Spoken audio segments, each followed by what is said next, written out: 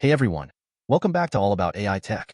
Today, we're diving into an incredibly fascinating topic, brain-computer interfaces. From the groundbreaking science that makes them possible to venture capital investment and the complex legal challenges, we've got a lot to cover. Recently, Elon Musk's Neuralink made headlines when they live-streamed a video of Nolan Arbaugh, who is paralyzed, playing chess on his laptop using nothing but his thoughts. That's right, he controlled the game entirely through thought. It's like something out of a sci-fi movie, but it's happening right now. But what exactly are brain-computer interfaces, or BCIs? BCIs are systems that create a direct communication pathway between the brain and an external device. They're not new, but advancements in technology and investment are pushing their capabilities to new heights. Imagine a world where people can control machines just by thinking. Amazing, right? The first widely recognized neurotech device was the cochlear implant, which has helped over 1 million deaf people hear since the 1970s. Then came deep brain stimulators in the late 1990s, used to treat conditions like Parkinson's disease. These examples show that neurotech can drastically improve lives. From improving brain-device connectivity like Neuralink's device to less invasive options like Synchron's, neurotech is rapidly evolving. However, despite these advancements, interfacing with the brain reliably and safely remains extremely challenging. It's not all about invasive technology, though. Companies like Emotive are already selling non-invasive wearable BCIs. These devices track brain activity to improve workplace wellness, assist education, and even support customer research. It's like having a personal brain coach monitoring your mental fitness. The military is also diving deep into BCI tech. DARPA is exploring ways to control drones through thought alone, potentially revolutionizing how military operations are conducted. Brainwave science even offers tech for police to monitor suspects' brain activity during interrogations. Speaking of revolutionary tech, an Australian company, Cortical Labs, is fusing human-grown neurons with silicon to create hybrid intelligence forms. Imagine computers that think and process information like a human brain. The possibilities are limitless. Now, let's talk money. Global venture capital activity is heating up, with $1.5 billion raised last year for neurotech initiatives. This influx shows that investors see enormous potential returns in this field. However, they're also aware of the substantial risks. Neurotech doesn't exist in a free market. It's heavily regulated. Therapeutic devices, for instance, must navigate through rigorous medical device approvals. Investors could spend tons of money only to hit regulatory roadblocks or delays. That's a big risk, but the upside? Absolutely transformational technologies that can redefine human capabilities. Australia, despite having innovative neurotech companies like Synchron and Saluda Medical, still lags behind the US in terms of market readiness. It might lack the domestic capital and large population needed to mature these technologies, but that doesn't mean its research isn't pivotal. But here's where it gets really tricky: ethics and law. With cutting-edge tech comes significant ethical and legal concerns, especially around issues like informed consent, mental privacy, and equality. Imagine if devices that read brain signals become so advanced that they can detect your deepest thoughts. How would we regulate that? Countries are already grappling with these questions. Should police be able to use BCIs to detect guilty knowledge in suspects? What about monitoring heavy goods vehicle drivers to prevent accidents? The ethical implications are huge, and we need laws that protect mental privacy while enabling technological progress. And equality? If cognitive enhancement becomes feasible, we could have a society split between ordinary humans and enhanced transhumans. This could lead to massive social divides unless carefully regulated. We're talking about the potential for a two-tier society, one where enhanced individuals could have significant advantages. On the flip side, companies working with synthetic biological intelligence face their own ethical dilemmas. What if lab-grown neurons become conscious? How would we ensure they are ethically treated? This is cutting-edge science fiction level stuff, but we need to confront it now. Traditional legal issues also take on new dimensions with neurotech. Imagine someone throws a punch or makes an impulsive purchase because their brain implant malfunctioned. How should the law handle such cases? Existing frameworks might not be enough for these novel problems. Legal responses are starting to emerge. Chile led the way in 2022 with a constitutional amendment emphasizing respect for mental integrity. The law now requires special protection for brain activity and the information derived from it. It's a landmark step in regulating neurotech responsibly. And it's not just Chile. Countries across Latin America, the OECD, the Council of Europe, and the UN are all working on guidelines for neurotechnology. It's clear that this is a topic with global implications that require coordinated international responses.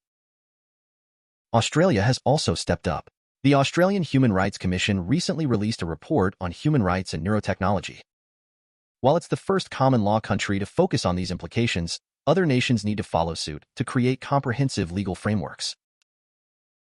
In the U.S., Colorado has gone a step further by modifying its privacy laws to address neurotechnology. They might not have a comprehensive survey yet, but they're making strides towards adapting their legal frameworks to include these emerging technologies. A lot of bodies have to weigh in: medical device and consumer regulators, privacy commissioners, law reform commissions. They all need to take a proactive stance. We can't afford to be reactive when it comes to something as profoundly impactful as neurotechnology.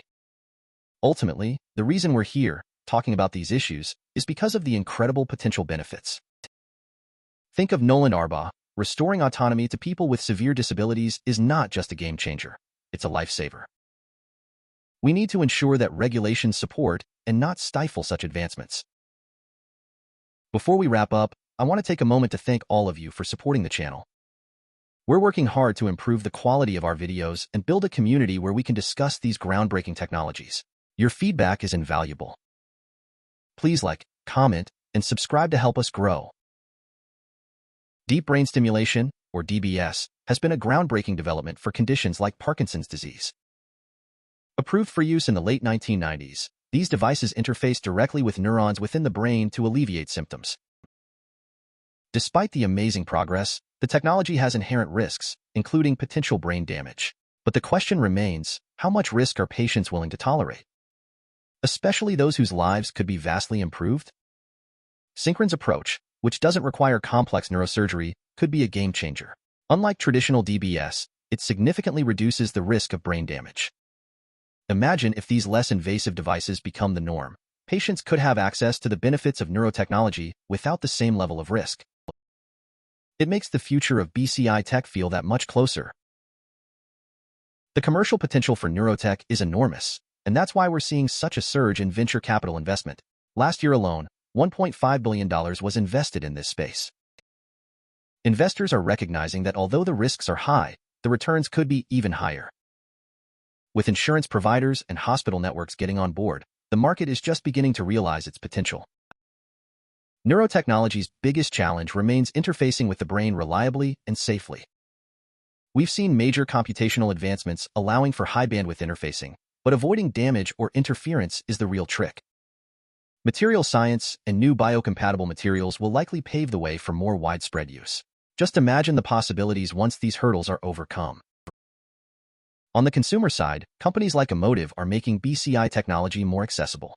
Their non-invasive headsets can be used for workplace wellness, educational purposes, and even market research. Imagine having a device that can help monitor your mental state and enhance your daily productivity. It's like having a personal cognitive coach. Even the military is getting involved. DARPA is developing BCIs to control drones through thought, which could completely revolutionize military operations. Think about it. A soldier on the battlefield could control multiple drones with just their mind. This not only increases efficiency, but could save lives. In law enforcement, brainwave science offers technology claiming to monitor a suspect's brain activity to detect guilty knowledge. This could radically change how interrogations are conducted. But it also raises some critical ethical questions. How do we balance the benefits of such technology with the need to protect mental privacy? Meanwhile, companies like Cortical Labs are pushing the boundaries by creating hybrid forms of intelligence using lab-grown neurons and silicon. Imagine computers with the processing power of the human brain. This kind of technology could have applications we can't even fathom yet. It might sound like science fiction, but it's becoming reality faster than we think. Venture capital is pouring into neurotech because the potential returns are staggering. Companies are raising millions to develop these life-changing technologies. If you remember, Cochlear started as a small venture and now it's a global leader. The same could happen with today's neurotech startups. However, investing in neurotech isn't without its risks. The heavily regulated medical device market means that investors could face delays or even outright failures if their tech doesn't meet rigorous standards. Regulatory hurdles can be significant, Yet overcoming them could lead to transformational technology that revolutionizes healthcare. Down in Australia, companies like Synchron and Saluda Medical are making waves. Despite smaller domestic markets, they're producing groundbreaking research and technologies. For instance, Synchron's innovative approaches offer less invasive options.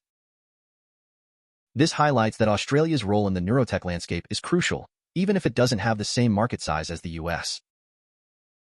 Then, there are the legal and ethical challenges. Informed consent is a big one, especially when the long-term effects of brain implants aren't fully understood. Imagine consenting to a procedure that might completely change how your brain works. The stakes are incredibly high, particularly for those who are most vulnerable. Mental privacy is another hot topic. Should your brain data be accessible to others? For example, should employers be allowed to monitor your neural activity to ensure productivity or safety? These are questions regulators and lawmakers are grappling with, and getting the balance right is crucial for the future of neurotech. Equality is a significant concern too. Imagine if cognitive enhancements become mainstream, creating a class of transhumans who are significantly smarter and more capable than the rest of us. This could lead to a society where the gap between the enhanced and the ordinary becomes insurmountable. What about synthetic biological intelligence? Companies using lab-grown neurons face ethical challenges as well. What if these neurons become sentient? Ensuring ethical treatment becomes more than just a scientific question. It's a moral imperative. We need thorough discussions on these topics today to avoid ethical pitfalls tomorrow. Legal questions extend to areas like personal responsibility. Suppose someone acts impulsively because their brain implant malfunctioned. How should the law deal with such scenarios? The existing legal frameworks might not be sufficient to address these new kinds of problems. Chile has already taken steps in this direction. In 2022, they added a constitutional amendment to protect brain activity and the information derived from it. This is a pioneering step in addressing the legal and ethical implications of neurotech and sets a precedent for other countries. The international community is also engaged. The OECD, the Council of Europe, and the UN are working on guidelines to address neurotechnology issues. This is a global concern that requires coordinated efforts to ensure ethical and legal standards are maintained worldwide.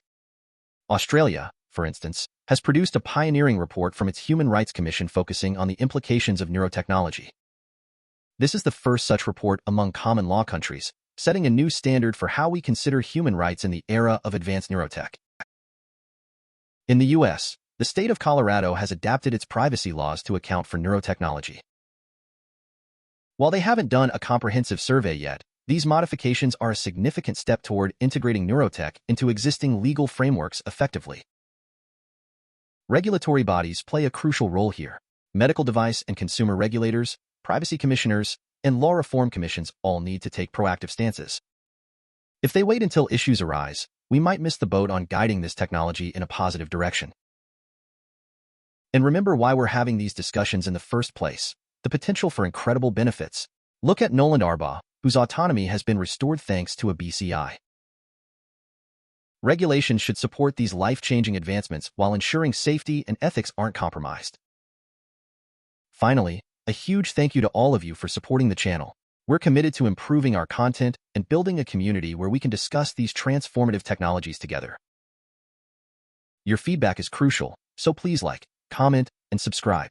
Together, we can explore and understand the future of brain-computer interfaces.